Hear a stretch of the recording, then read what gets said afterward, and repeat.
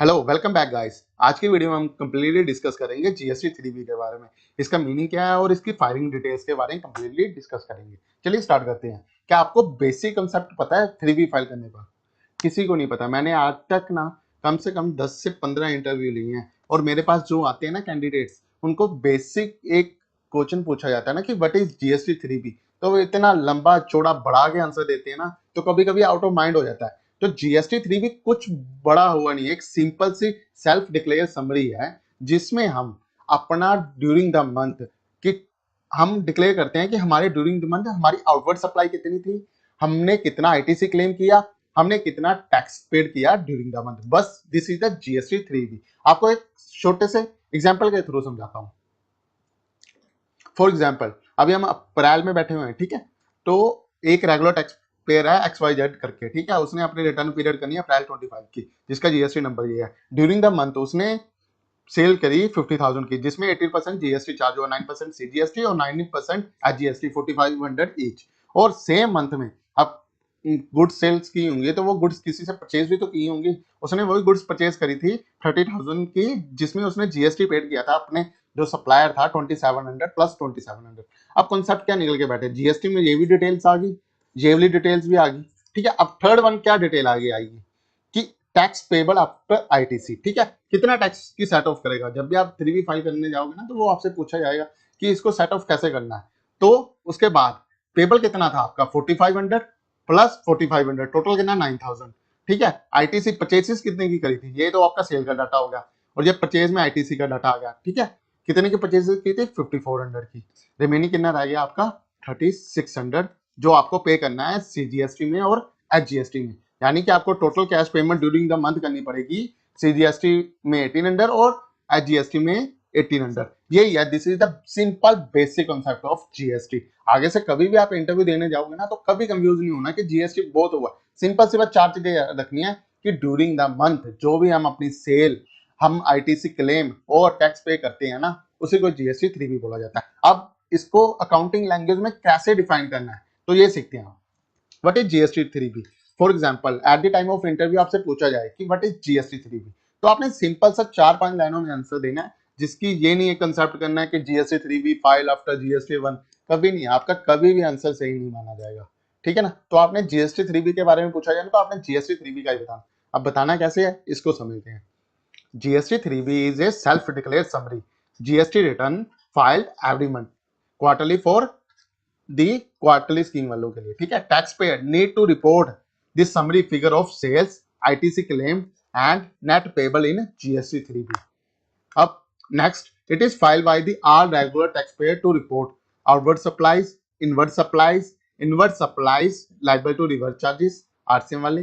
Then उसके बाद input tax claim during the month और टैक्स लाइबिलिटीज कितनी बनी और कितनी पे कर दी, इंटरेस्ट और लेट फीस इफ एप्लीकेबल है, ठीक है। अब सिंपल सा क्या कंसेप्ट निकल, क्रक्स क्या निकल के आया इसका कि जीएसटी 3B जो है ना, वो एक सेल्फ डिक्लेयर समरी होती है कि हमने ड्यूरिंग द मंथ कितनी आउटवर्ड सप्लाई की और कितनी हम आईटीसी क्लेम करेंगे, कैसे, ठीक है।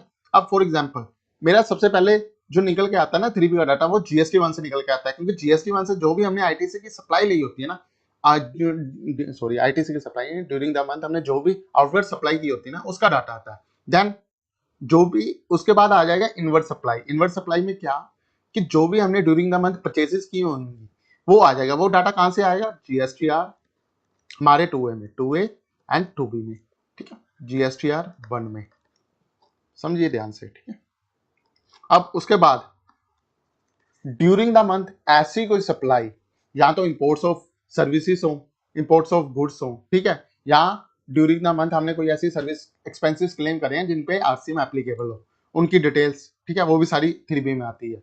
उसके बाद फोर्थ नंबर पे ड्यूरिंग द मंथ हमने कौन सा जीएसटी, कितना टैक्स हमने क्लेम किया। उसके बाद टैक्स लाइबिलिटी कितनी बढ़ी और कितना टैक्स हमने पे कर दिया, क्योंकि आफ्टर पेमेंट या आप जीएसटी 3B को फाइल कर सकते हो। ये बात बिल्कुल याद में रखना। और इन द लास्ट, ठीक है, अगर आपको इंटरेस्ट की कैलकुलेशन और क्या नाम है आपकी लेट फीस, फॉर एग्जांपल हमने मार्च मंथ की रिटर्न लेट फाइल करी, तो उसकी जो भी लेट फाइल, जितने भी दिन लेट फाइल हुई होगी, वो 50 रुपीज पर डे के हिसाब से उसकी जो भी लेट फीस आएगी वो अप्रैल नेक्स्ट मंथ में आती है, तो वो भी लेट फीस इसमें कंसिडर होती है। ठीक है, ये बस सिंपल सी हमारी जो 6 थिंग्स है ना, यही जीएसटी में आती है। इसके अलावा जीएसटी 3 भी कुछ नहीं है, बस बेसिक सा इतना सा। अगर ड्यूरिंग द इंटरव्यू आपसे कभी ये नहीं पूछा जाएगा कि मैंने आज तक इतने इंटरव्यू दिए हैं, मैंने लिए भी हैं, दिए भी हैं, हमसे कभी भी बेसिक चीजें पूछी जाती, कभी ये नहीं पूछा जाता कि ये करेक्ट हो जाएगा तो क्या करोगे आप। हमेशा अकाउंटिंग की डेफिनेशन याद करो, आप अकाउंटिंग के कॉन्सेप्ट याद करो, 3B का आपको बेसिक पता होना चाहिए बस। क्योंकि फाइलिंग, आप मेरी कंपनी है जो जिस कंपनी में अभी राइट नाउ मैं काम कर रहा हूँ, ठीक है ना, जीएसटी नंबर जैसे एक, अगर आप सभी स्टेटों में काम कर रहे हैं ना, तो जीएसटी नंबर आपको सभी स्टेट्स का लेना पड़ेगा। बट हमें एग्जम्प्टेड में है तो हमने सिर्फ एक स्टेट का लिया, हम जीएसटी ऑडिट आराम से निकालते आ रहे हैं। तो इसलिए कि हमें बेसिक एक सिंपल सा रूल को फॉलो करके चलना है, 3B का यही करेक्ट है। हर कंपनी का अलग रूल होता है, रूल सेम रहते हैं जीएसटी के रूल, पर एक जो टैगलाइन होती है ना कि इस टैगलाइन के अंदर चलने हैं, तो इसी टैगलाइन के अंदर चलना है आपको। चलिए अब आगे बढ़ते हैं। आप इसके बेसिक की पॉइंट्स क्या होते हैं जो बेसिक जीएसटी 3B को बाकियों से अलग बनाते हैं, ठीक है। और इसके कुछ ये इंपॉर्टेंट पॉइंट भी रहेंगे। कैसे? ए separate GST must be file for every GST. For example, अगर मेरी कंपनी है, उसने पूरे इंडिया में अपने जीएसटी नंबर ले रखे हैं, 28 स्टेट्स में अपने जीएसटी नंबर ले, तो उसको 28 जी जो उससे ना मंथली 28 जीएसटी की 3B मंथली फाइल करनी पड़ेगी। बेशक उसमें सेल हो या ना हो, उसे मंथली फाइल करनी पड़ेगी। Then next, GST liability must be paid on और before the date of filing GST 3B earlier of its due date. Earlier of, इस चीज को बिल्कुल ध्यान से समझना आप कि जीएसटी की जो भी लायबिलिटी है ना, हमें प्रायर बेसिस पे सेट करनी पड़ती है, तब तक आपकी जीएसटी 3B फाइल नहीं हो सकती। और अगर आप ड्यू डेट के बाद चले जाते हो तो आप पे इंटरेस्ट लगता ही लगता है, ठीक है। जो नहीं पे करवाते हैं उनको देखना, बाद में कभी डिमांड आती है तो पे करवाना पड़ता है डीआरसी 3 के थ्रू। उसके बाद GST 3B once file can not be revise, कि एक बार 3B फाइल होने के बाद रिवाइज नहीं हो सकते, आप उसको सेट कर सकते हो। फॉर एग्जांपल, मैंने लास्ट मंथ में सेल कम दिखाई थी, ठीक है, बट मेरी सेल जीएसटी 1 में ज्यादा थी, तो हम क्या करेंगे नेक्स्ट मंथ 3B में, फॉर एग्जांपल यहाँ पे ज्यूम कर लेते हूँ मैं, जैसे अप्रैल में, अभी अप्रैल चल रहा है, तो मार्च में क्या किया मैंने, मेरी जीएसटी 1 में मैंने सेल दिखाई 10,000 की, ठीक है, बट ये मार्च कंसिडर कर लेते हैं इसको, मार्च, ठीक है, यहाँ पे एक टेबल के साथ कर लेते हैं मार्च में, ताकि बेटर अंडरस्टैंडिंग में मंथ हो गया, ठीक है। GSTR 1 में जो डाटा दिया, उसके बाद GST 3B में जो डाटा दूंगा, ठीक है, क्योंकि 3 सेल की डिटेल जाती जाती है। फॉर एग्जांपल, मार्च में मैंने अपनी सेल की जो डिटेल्स थी वो दिखाई 10,000, ज्यूम कर लेते हैं। उसके बाद 3B में मैंने दिखा दी गलती से 8,000, कोई XYZ रीजन रह सकता है कि 8,000 दिखा दी। अब अप्रैल में क्या करूंगा, अप्रैल में एक्चुअल बेसिस पे, ठीक है, एक्चुअल बेसिस पे मेरी हुई 10,000 या 12,000, कुछ भी एक अमाउंट ले लेता हूँ, ठीक है। अब जीएसटी में 3B में मेरे को कितनी दिखानी है, मेरे को दिखानी 10,000 ही है, बट मेरा जो गैप रहेगा ना लास्ट मंथ का, मैं उसको एडजस्ट कर लूंगा। उसको कैसे दिखाऊंगा, फिर मैं नेक्स्ट मंथ में 12,000 कर दूंगा। जब मेरा कंपैरिजन देखा जाएगा तो मैं क्या करूंगा, यहाँ पे 20,000 हो जाएगा और यहाँ भी 20,000 हो जाएगा। ये एग्जाम्पल है, क्यों क्यों क्योंकि जीएसटी 3B कभी भी रिवाइज नहीं होती। उसके बाद in case of zero liability 3B must be compulsory filed. मैंने आपको बोला ना कि अगर मेरे 28 जीएसटी नंबर पूरे स्टेट, पूरे इंडिया में है मेरी कंपनी के, तो मेरे को 28 के 3B फाइल करनी पड़ी। नॉट डज नॉट मैटर कि उसमें सेल हुई हो या ना हो, मेरे को नील बेसिस पे रिटर्न फाइल करनी पड़ेगी। ये थे कुछ की पॉइंट ऑफ जीएसटी 3B। अब who should file GST 3B? 3B कौन फाइल करेगा, ठीक है, कौन कर सकता है? Every person who is registered under GST must file GST 3B। जो भी बंदा जीएसटी के अंडर रजिस्टर्ड है उसे 3B फाइल करनी पड़ेगी, ठीक है। अब इस केसेस में कुछ एजम्पशंस है, ठीक है, वो कौन कौन सी है? Tax pair registered under the composition scheme. Composition scheme वही 1,5,1,6 और 1,5 और 6 वाले, जिनका एक फिक्स अमाउंट ऑफ टैक्स पे करना है। आईएसडी वाले, इनपुट सर्विस डिस्ट्रीब्यूटर, इनके बारे में मैं आपको आपकी नेक्स्ट वीडियो में बताऊंगा कि ये क्यों होते हैं, क्योंकि अभी हम 3B पहुंचे, अभी हम नेक्स्ट करेंगे 5 और फिर उसके बाद करेंगे जीएसटी 6, ठीक है। उसमें आएगा जो कंसेप्ट रहेगा इनपुट सर्विस डिस्ट्रीब्यूटर। इनका मेन मोटिव यही होता है कि जो भी हमने आईटीसी क्लेम किया इक्वली अपनी हर स्टेट को बांटना, वो कैसे बांटना वो हम कवर करेंगे आगे। NRI supplier of ODR service और नॉन रेजिडेंट टैक्सेबल पर्सन, ये वो बंदे हैं जिन्हें जीएसटी 3B फाइल करना मैंडेटरी नहीं है, ठीक है। इनके लिए जीएसटी 3B का ऑप्शन ही नहीं आता इनके लिए, क्योंकि अलग रिटर्न्स होती हैं जैसे। चलिए आगे मूव करते हैं, जिसमें हम बात करेंगे लेट फीस और पेनल्टी जो जीएसटी 3B पे एप्लीकेबल होती है। First one is 50 rupees per day of delay. For example, अगर आप अप्रैल की फाइल कर रहे हो तो अप्रैल की फाइलिंग डेट क्या रहेगी, बेसिकली समझ दें, मई की 20 ऑफ द मई, ठीक है। अगर मैं यहाँ से 4 दिन भी, यानी मैंने अपनी 3B जो फाइल करूंगा 24 ऑफ मई को, तो मेरे को 4 दिन के जो मेरे 4 दिन एक्स्ट्रा होंगे उसके बेसिस पे मेरे को 50 रुपये यानी 200 रुपये की पेनल्टी नेक्स्ट मंथ जब मई की रिटर्न फाइल करूंगा ना 20 ऑफ जून को, तब मेरे को ये पेनल्टी पे करनी पड़ेगी। और इन केस ऑफ 20 रुपीज अगर मैं नील की रिटर्न फाइल कर रहा हूँ, मैं ड्यूरिंग द मंथ कोई आईटीसी क्लेम नहीं करूंगा, कोई कुछ नहीं करूंगा, बस मैंने नील की रिटर्न फाइल कर दी है, तो मेरे को कितने रुपए पेनल्टी देने पड़ेंगे, 20 रुपीज।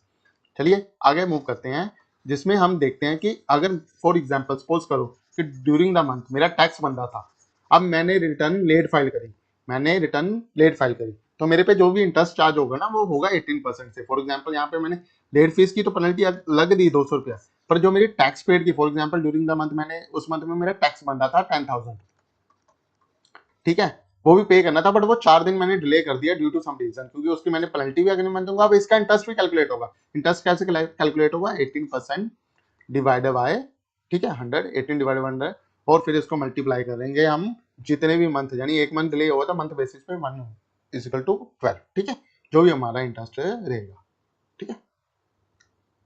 अब देन आगे बढ़ते हैं, new due date for GST 3B filing.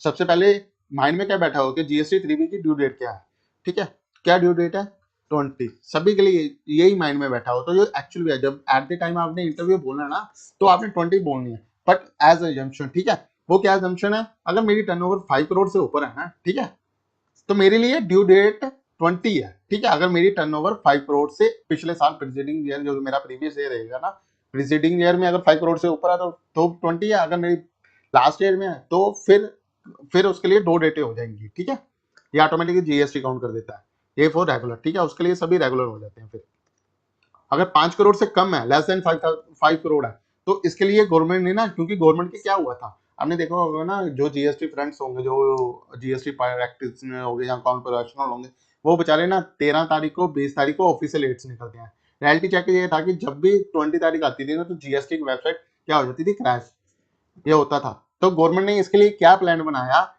कि इनको ना, इंडिया को उन्होंने 2 पार्ट में डिवाइड कर दिया, ठीक है, नॉर्थ जोन को अलग कर दिया, साउथ जोन को अलग कर दिया, नॉर्थ को और साउथ को अलग कर दिया। बट अब इनके लिए 2 डेटें सेट कर दी, नॉर्थ वालों के लिए सेट कर दी 24 और साउथ वालों के लिए डेट सेट कर दी 22। अब यहाँ पे हम स्टेट्स देखेंगे ना, तो आप देखो, छत्तीसगढ़, मध्य प्रदेश, गुजरात, दमन दीव, दादरा नगर हवेली, महाराष्ट्र, कर्नाटका, गोवा, लक्षद्वीप, केरला, तमिलनाडु, पौंडीचेरी, अंडमान निकोबार और तेलंगाना और आंध्र प्रदेश, ये सारे स्टेट कहाँ पे हैं, साउथ में है ना, ठीक है ना। इनके लिए कौन सी डेट सेट कर दी, 22। और वहीं अगर मैं बात करूं, ठीक है, जो भी हमारे JNK, लद्दाख, हिमाचल प्रदेश, पंजाब, चंडीगढ़, दिल्ली, हरियाणा, राजस्थान, उत्तर प्रदेश, बिहार, सिक्किम, अरुणाचल प्रदेश और झारखंड एंड उड़ीसा के लिए जो डेट सेट कर दी, उनके लिए सेट कर दी 24। इन केस ऑफ कि अगर आपकी जो टर्नओवर है ना वो 5 करोड़ से नीचे है, तो आप 24 को फाइल कर सकते हो। और यही बात क्वार्टरली फाइलों के लिए भी है, जो क्वार्टरली फाइल करते हैं ना, उनकी डेट रहेगी 24।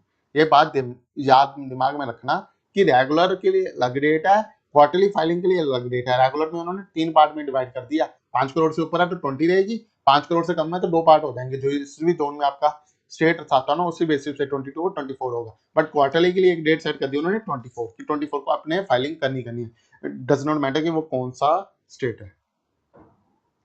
चलिए अब आगे बढ़ते हैं कि आपने 3B में कौन कौन सी डिटेल्स डालनी होती हैं, ठीक है। जब भी या तो हमें 3B या तो हमने कभी भरी होगी तब हमें आइडिया रहेगा, अगर नहीं भरी होगी ना तो कोई टेंशन लेने की जरूरत नहीं है। इस वाली वीडियो में मैं पूरा आपको बताऊंगा कि आपने 3B में कौन से डाटा ऑटोमेटिकली जो कहते हैं ऑटो ड्राफ्टेड होते हैं वो आते हैं, और कौन से डाटा आपने मैनुअली डालने होते हैं, ये सारा कुछ अब जो वीडियो रह रही है ना इसमें करेंगे। सबसे पहले जिसने भी 3B ओपन की होगी ना, उसके सामने ये टेबल आते होंगे, 7 टेबल, ठीक है। अब इन सातों टेबल में क्या है, 3.1, 3.1.1 तो 3.2, ठीक है, जितने भी 3 के टेबल है ना, 3 से रेलिवेंट टेबल है, ये शो करते हैं कौन सी जो हमारी आउटवर्ड सप्लाई है, ठीक है, कौन सी सप्लाई आउटवर्ड,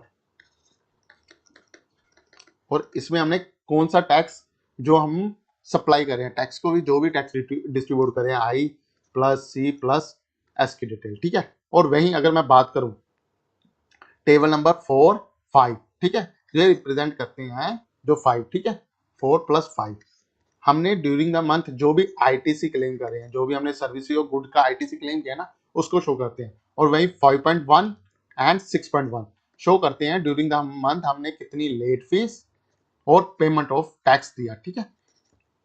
ये वाला कॉलम, ठीक है ना, जो टेबल है ना, ये कॉलम कह लो, टेबल कह लो, ये बाद में आता है after filing of GST three. जब भी आप फाइल करने जाते हो ना, प्रायर फाइलिंग बिफोर फाइलिंग, तो ये शेयर टेबल ही शो करेंगे, but after filing of GST three भी इट विल शो, कि ये शो कर देता है कि ड्यूरिंग द मंथ आपने कितना जीएसटी पे किया है इन कैश और इन क्रेडिट, ठीक है। यहाँ पे देखिए, यहाँ पे इन कैश कितना किया है 1,39,018 रुपीज, और क्रेडिट के थ्रू कितना पे किया ड्यूरिंग द मंथ 12,14,350।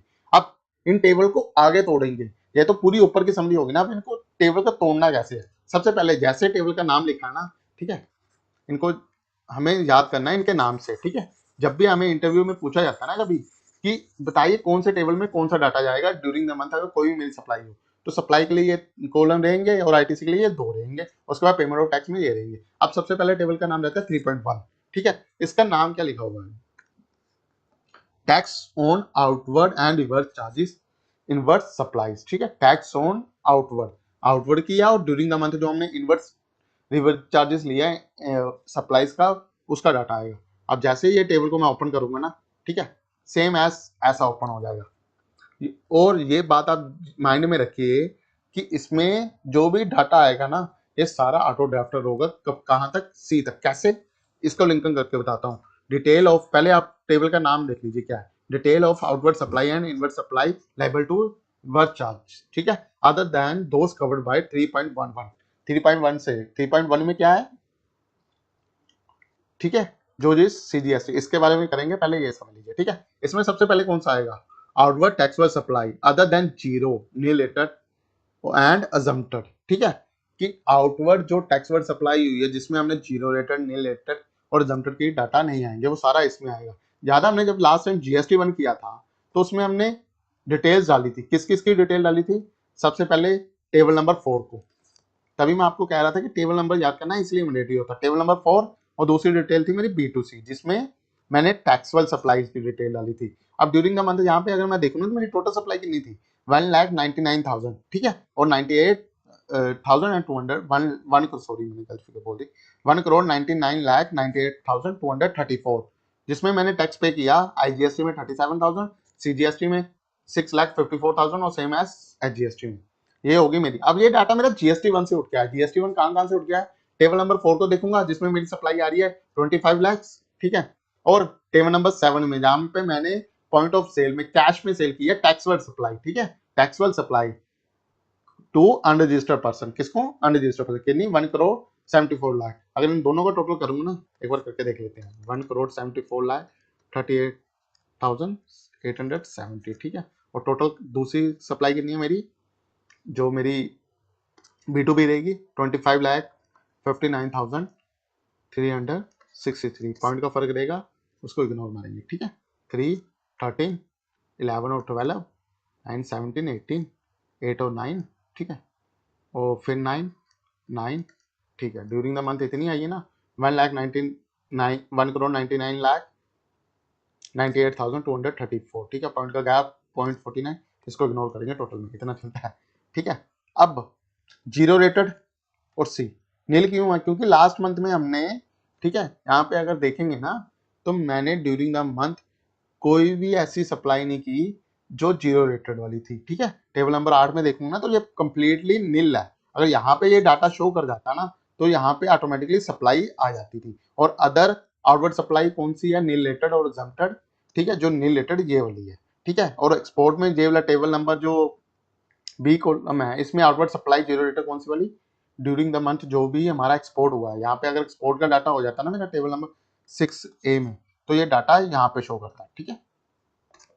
तो इसलिए इस डाटे को आपने कुछ नहीं डालना, जो भी आपका जीएसटी 1 से उठेगा ना डाटा, वो ऑटोमेटिकली यहीं पे आ जाएगा, और आपको बस ये रिकंसाइल करना है। उसके बाद ये फिगर्स हमने मैनुअली डालनी होती है, ठीक है, inward supplies liable to reverse charges, क्योंकि जीएसटी को थोड़ी पता, डिपार्टमेंट को कैसे पता चलेगा कि आपने ड्यूरिंग द मंथ कोई सर्विसेज ले रहे हो जो इंपोर्ट के थ्रू ले रहे हो, नहीं पता चलेगा। ठीक है, आपको क्यों दिखानी पड़ती है ये सर्विसेज, क्योंकि जब भी आप अपना ऑडिट कंप्लीट करोगे ना, तो आपसे ऑडिटर आपसे ये पूछेगा कि आपने जो सर्विसेज पे आरसीएम लगता है उनको कवर किया हुआ जीएसटी में। अगर नहीं किया हुआ तो वो सर्विसेज को लेगा नहीं। टीडीएस अलग मैटर है, इन सर्विसेज को आपको जीएसटी में भी दिखाना पड़ता है। आपने देखा होगा टीडीएस 195 या 194 आई, ठीक है, टू अनरजिस्टर्ड पर्सन जिनसे हमने ले रहे हैं कुछ भी रेंट की सर्विसेज ले रहे हैं, अगर वो बंदे, ठीक है, जीएसटी नहीं ले रखा तो उनसे लेंगे तो रेंट का जो टीडीएस होगा, रेंट का जो आरसीएम होगा, टीडीएस और आरसीएम, टीडीएस तो हम काट लेंगे उसे, जो आरसीएम होगा वो हमें खुद को लाइबल करना पड़ेगा और उस गवर्नमेंट को पे करके देन उसका आईटीसी क्लेम करना पड़ेगा।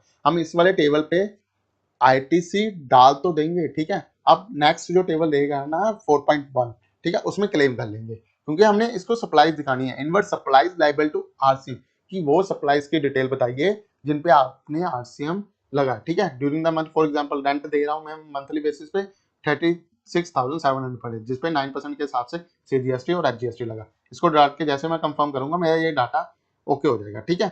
और उसके बाद सेकंड टेबल आ जाता है 3.11, जो टेबल मेरे को शो करता है tax word supply on which electronic commerce commerce operator, जो ई कॉमर्स ऑपरेटर होते हैं, ठीक है, उनके लिए होती है ये जीएसटी वन। जो भी आप डाटा यहाँ पे डालोगे ना, वो जीएसटी वन में डालोगे ना, वो यहाँ पे आ जाएगा, ठीक है। तो अभी मेरे फिलहाल ये काफी अभी यूज में नहीं आता, जो कंपनी ई कॉमर्स से रेलिवेंट होती है ना उनके लिए यूज में, अदरवाइज बहुत कम यूज पड़ती है इनकी, ठीक है।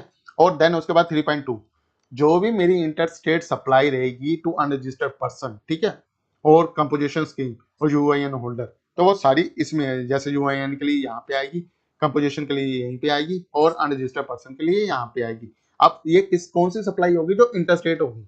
अब कभी आपने देखा कि यहाँ से माल गया है दिल्ली में, लास्ट टाइम हम यहाँ पे बात कर रहे थे ना, जब ये वाला टेबल की, जब जीएसटी वन की वीडियो कर रहे थे, उसमें अगर यहाँ पे ये सप्लाई होती ना, तो अभी तो एक ही कॉलम बना होता ना आईजीएसटी। यहाँ पे अगर सप्लाई, अगर यहाँ पे कुछ भी एक अमाउंट आ जाती तो ये 3 कॉलम है ना जो आपके सामने इनेबल हो जाने थे। तो इसमें जो भी डाटा था ना इंटरस्टेट, जो भी इंटरस्टेट था, अगर फिलिंग होती तो ये डाटा ऑटोमेटिकली यहाँ से उठकर यहाँ पे आ जाता, ठीक है। ये टैक्स वर्ड सप्लाई है, ये बात ध्यान रखिए, ठीक है। और अब आगे बात करें, ठीक है,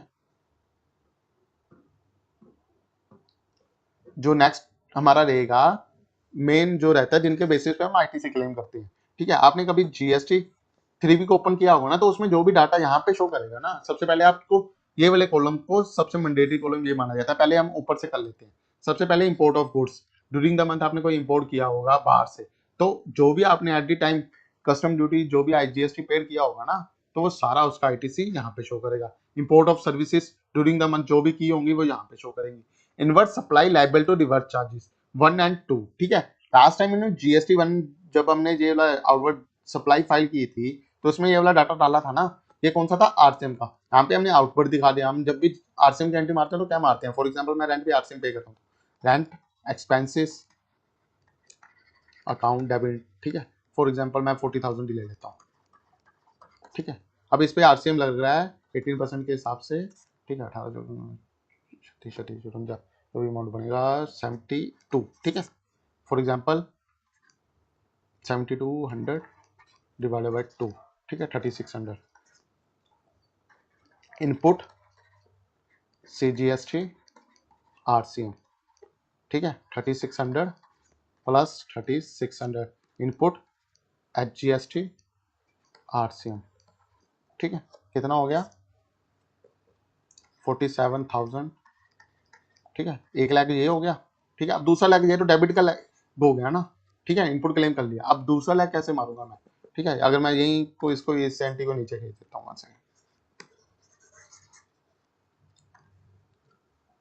ठीक है, ये डेबिट हो गया, ठीक है, सारा डेबिट हो गया। अब क्रेडिट किसे करूंगा, ठीक है, 2 कर लेता हूँ, वेंडर अकाउंट, ठीक है। लिमिट की बात नहीं करूंगा, अभी मैं टीडीएस नहीं काट रहा, मैं पूरा पूरा पे कर रहा हूँ 40,000, क्योंकि अब 1 अप्रैल 25 से लिमिट भी चेंज होगी ना। पहले लिमिट थी पहले लिमिट थी हमारी 2 लाख 2,15,000 रुपये, अब लिमिट बढ़ के हो चुकी है 6 लाख रुपए, तो इसलिए इसको नहीं, ठीक है। फिर उसके बाद अब जो जो आरसीएम का इनपुट ले रहा हूँ इसको पे भी तो करवाना है। आउटपुट सीजीएसटी आरसीएम, जितना इनपुट लिया उतना ही पे करूंगा 3600, ठीक है। Credit credit credit 3600, output SGST RCM, ठीक है। एंट्री क्या हो जाएगी, नो ऑफ। यहाँ पे एक्सपेंस की बुकिंग होगी। अब ये जो आरसीएम को हमने दिखाया हुआ है, ये दिखा दिया हमने टेबल 3.1 में।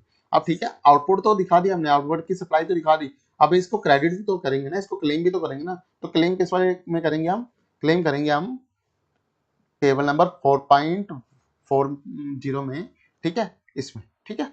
और उसके बाद इनवर्ट सप्लाई फ्रॉम ISD। जिन बंदों ने, देखो दो तरह के तीन तरह के रजिस्ट्रेशन होते हैं, एक कंपोजिशन, ठीक है, एक रेगुलर, ठीक है। और रेगुलर के बाद एक काफी नील बेसिस पे, यानी आप कह लो 1% के बेसिस पे यूज होता है, एक ISD, input service distribution computer कह लो या इंट्यूशन कह लो, ठीक है। इसका समझाऊंगा मैं आपको, ये उनके लिए होता है। और जो 5 नंबर पे होता है, ये हमारा कॉमन होता है।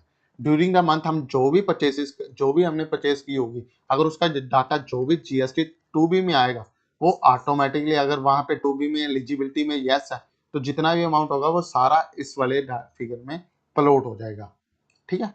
उसके बाद आ जाता है ITC reverse. During the month जो भी, जिन सर्विसेज पे आपने ITC क्लेम किया, बट वो सर्विस ही आपसे बिजनेस रेलिवेंट नहीं थी, ठीक है। बेशक GST 2B में एलिजिबिलिटी यस लिखा हो। फॉर एग्जांपल, मैं सर्विस का काम कर रहा हूँ, तो मैंने गाड़ी ली, उसका ITC, उसमें अपना GST नंबर डलवा दिया। अब 2B में तो ITC में तो यस आ जाएगा, क्या मैं उसके गाड़ी का क्लेम कर सकता हूँ? नहीं कर सकता, क्योंकि वो, मैं तो IT सेक्टर में काम करता हूँ, उसमें गाड़ी का क्या ही काम। अब फॉर एग्जांपल मैंने थार ले ली, तो मैं उसका ITC क्लेम कर पाऊंगा? बेशक मैं GST नंबर दे दूं, मेरे ITC में भी आ जाएगा, 2B में भी आ जाएगा, क्या मैं उसका ITC क्लेम कर सकता हूँ? नहीं। तो हमें क्या करना पड़ता है फिर, उन सर्विसेज को यहाँ पे रिवर्सल दिखाना पड़ता है, ठीक है। आप गाड़ी को एज ए डेप्रिसिएशन या तो पूरा पूरा अमाउंट क्लेम कर लो, या फिर अगर आपने टैक्सेबल को हटा के GST अलग से दिखाना है, तो उसको आप यूज कर। अब जो भी सर्विसेज रहेंगी, उनको जो भी रिवर्सल रहता है, वो इसमें होता है। देन उसके बाद आता है नेट A-B, और उसके बाद डी में टेबल 4.1। जो भी अनक्लेम डाटा होता है ना, वो सारा इस वाले प्लॉटेड में डाला जाता है, ठीक है। ये थे GST 3B। और उसके बाद आ जाता है कि value of exempt nil and non GST inward supply during the month. आपने किसी कंपोजिशन स्कीम के अंदर, ठीक है, कंपोजिशन वेंडर से अजम्प्ट और नील सप्लाई ली है, तो वो सप्लाईज का अमाउंट यहाँ पे डाल देना। और नॉन GST सप्लाई ले रखी है, जिसमें आपने इंटरस्टेट और इंटरस्टेट का रखा है, तो उसका डाटा यहाँ पे डाल देना आपने। बहुत ही कम होता है ये, ठीक है। और उसके बाद ड्यूरिंग द मंथ आपने इंटरेस्ट और लेट फीस पे कर रखी है, तो वो इन वाले में जाएंगे। याद रखना, interest use for late paid of tax payment, ठीक है। लेट पेमेंट कह लो, पेमेंट ऑफ टैक्स, ठीक है। क्योंकि लेट पेमेंट आप करोगे ना, तब भी आपको GST का, जितने भी GST आप ड्यूरिंग द मंथ लेट पे करते हो, तो उस पर आपको GST जमा करवाना पड़ेगा। और लेट फीस, ठीक है, लेट फीस आपको देनी पड़ती है लेट रिटर्न फाइल करने पे। जो भी 50 रुपीज पर डे की आप करते हो ना, उस पर लेट रिटर्न फाइलिंग। और यहाँ पे इस कॉलम से आप समझ आइए कि जो भी लेट फीस जाती है ना, वो CGST और SGST के हेड में जाती है। और जो भी इंटरेस्ट जाएगा ना, वो चारों हेड में जाएगा। क्यों? क्योंकि वो सेस पे भी एप्लीकेबल होता है। जिन बंदों का अंडर सेस आता है ना, जिन मैन्युफैक्चरिंग, उन पे भी एप्लीकेबल होता है कि उन्हें सेस का अमाउंट भी जमा करवाना पड़ता है। और लेट फीस में ऐसा नहीं है, ठीक है। देन उसके बाद आ जाता है लास्ट में हमारा ड्यूरिंग द मंथ हमने जो भी पेमेंट किया।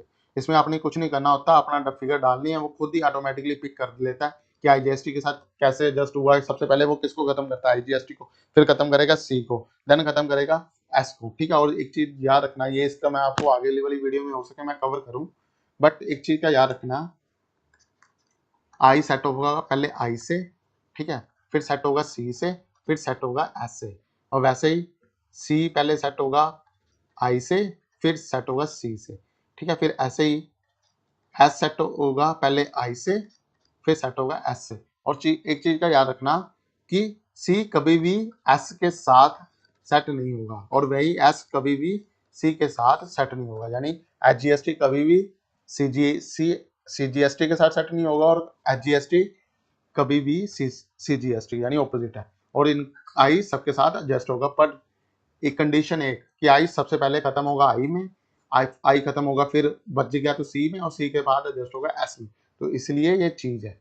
इसकी भी एक प्रॉपर वीडियो बनाई हुई है काफी यूट्यूबर ने, अगर किसी के इंटरेस्ट है तो आप उसको जाके देख सकते हो। अभी मैं, हो सकता है कि इस वाले टॉपिक को कवर करने में मेरे को नेक्स्ट कुछ दिन लग सकते हैं, क्योंकि अभी मेरा काफ़ी डाटा पेंडिंग है। मैं कोशिश कर रहा हूँ डेली बेसिस पे कुछ ना कुछ ऐड करूँ, ठीक है ना, क्योंकि मेरा एक ही मोटिव है कि आपको at the time of interview आपका विजन इतना क्लियर हो कि आपकी प्रैक्टिस इतनी अच्छी हो, आप कोई भी इंटरव्यू क्रैक कर पाए जो इनिशियल स्टेज पे होती है। क्योंकि इनिशियल स्टेज पे आपकी लर्निंग मैटर करती है, वहाँ पे आपके स्किल्स मैटर नहीं करते, वहाँ पे आपका ये नहीं देखा जाता बिहेवियर कैसा है, आपका रिस्क टेकिंग एबिलिटी कितनी है, वहाँ पे आपका मोटिवेशन नहीं देखा जाएगा, वहाँ आपका आपका लीडरशिप वहाँ से, क्योंकि आपसे जब भी आपको एज ए आर या एपी या एज ए अकाउंटेंट प्रोफाइल के लिए हायर किया जाएगा, एग्जीक्यूटिव प्रोफाइल के लिए हायर किया जाएगा, तो फिर आपका क्या स्किल सेट है, आपसे बस आपका जो भी देखा जाएगा आपमें इंस्पिरेशन देखी जाएगी और यहाँ फिर आपकी लर्निंग देखी जाएगी।